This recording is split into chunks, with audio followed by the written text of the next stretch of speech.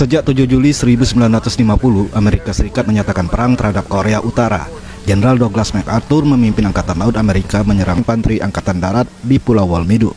Sementara itu di Beijing, Presiden Mao Zedong bersama para pemimpin Republik Rakyat Tiongkok membahas pendudukan pasukan Amerika Serikat di Incheon.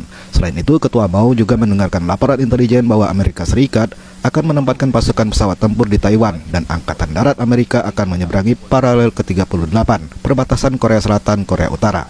Ketua Mao memutuskan mengirim pasukan membantu. Di hadapan para pemimpin Tiongkok, Ketua Mao perintahkan segera melakukan serangan. Ketua Mao lalu mengumumkan Peng Dehuai sebagai komandan utama pasukan sukarela rakyat Cina dan komisaris politik untuk memimpin pasukan pada operasi luar negeri. Ketua Mao mengabulkan permintaan komandan utama Peng Dehuai. Satuan ke-9 pasukan sukarela rakyat Cina di bawah komando Song Silun dikirim untuk menjaga Kangye dan Danau Changjin. Dengan menumpang kereta api, pasukan diberangkatkan menuju perbatasan Cina-Korea. Kereta berhenti sebentar di stasiun Jian, timur perbatasan Cina. Pasukan turun mengambil perbekalan dan pakaian hangat. Kompi gabungan di sana. Melihat pesawat pengintai Amerika Serikat terbang di langit Jian, Komandan Kompi Gabungan 7 Wu Qianli perintahkan pasukannya segera menaiki kereta api bersama pasukan sukarela rakyat Cina lainnya. Setelah melintasi Sungai Yalu, kereta api kembali berhenti karena perbaikan rel. Baru sebentar pasukan satuan ke-9 turun untuk istirahat. Tiba-tiba terdengar suara. Lalu skuad senapan mulai menyerbu terlibat pertempuran jarak dekat. Dari informasi Komandan Kompi ke-6, misi mereka meledakkan menara sinyal untuk memutus koneksi garis depan dan markas Amerika Serikat di Danau Changjin. Melihat konvoi bala bantuan Amerika Serikat, Danton Artileri Lei perintahkan satu skuad meneruskan tugas mengantar radio transmitter. Sisanya berjuang menghentikan konvoi truk dan tank baja. Kompi Gabungan ke-7 tiba di markas komando pasukan sukarela rakyat Cina di Taiyudong. Komandan Kompi Wu Qianli melapor ke perwira tinggi, kemudian menyerahkan 12 radio transmitter dan 4 juru sandi. Para prajurit lalu diizinkan istirahat dan mendapat makanan yang cukup. Mereka yang terluka mendapat perawatan medis. Sinyal radio transmitter markas komando pasukan sukarela rakyat Cina di Taiyudong terdeteksi pesawat tempur Amerika Serikat. 25 November 1950, pesawat tempur Amerika Serikat membombardir markas komando. Komandan utama Peng Dehuai, wakil komandan Deng Hua, para perwira tinggi dan beberapa prajurit selamat di tempat perlindungan.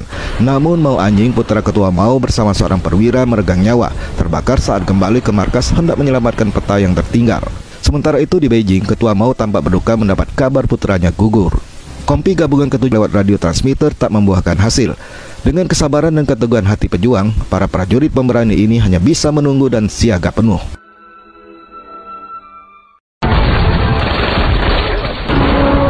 26 November 1950, pengintai melihat konvoi panjang tank baja dan truk militer tim tempur Resimen 31, Divisi Beruang Kutub Amerika Serikat. Komandan Wu Qianli perintahkan pasukannya bergerak menghadang konvoi tersebut. Pasukan sukarela rakyat Cina bergerak menyerbu. Mereka menghujani pasukan Beruang Kutub Amerika Serikat dengan lontaran mortir dan peluru senapan serbu.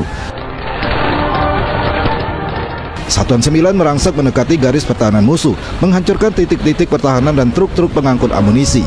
Melihat berandakan senapan mesin musuh menghambat pergerakan Wu Qianli dan pasukan senapan serbu, Danton Lei perintahkan pasukan artilerinya menghancurkan menara pengawas. Namun tembakan mortir belum mengenai sasaran. Dengan pengalaman tempurnya, Danton Lei turun tangan mengukur jarak dan arah angin. Komandan Yang Gensi berjuang menghadang pasukan Amerika Serikat di dataran tinggi 1071. Serangan pesawat pengebom Amerika menghabisi sebagian besar prajurit Kompi 3. Serangan tank baja musuh menyisakan Yang Gensi dan beberapa prajurit saja. Mereka bertekad berjuang sampai titik darah penghabisan. Divisi 1 Angkatan Laut Amerika Serikat mundur ke Pelabuhan Hunnam. Di perjalanan mereka menyaksikan para prajurit pasukan sukarela rakyat Cina mati membeku dalam posisi siap tempur. Jenderal Oliver P. Smith turun dari jeep lalu memberi hormat.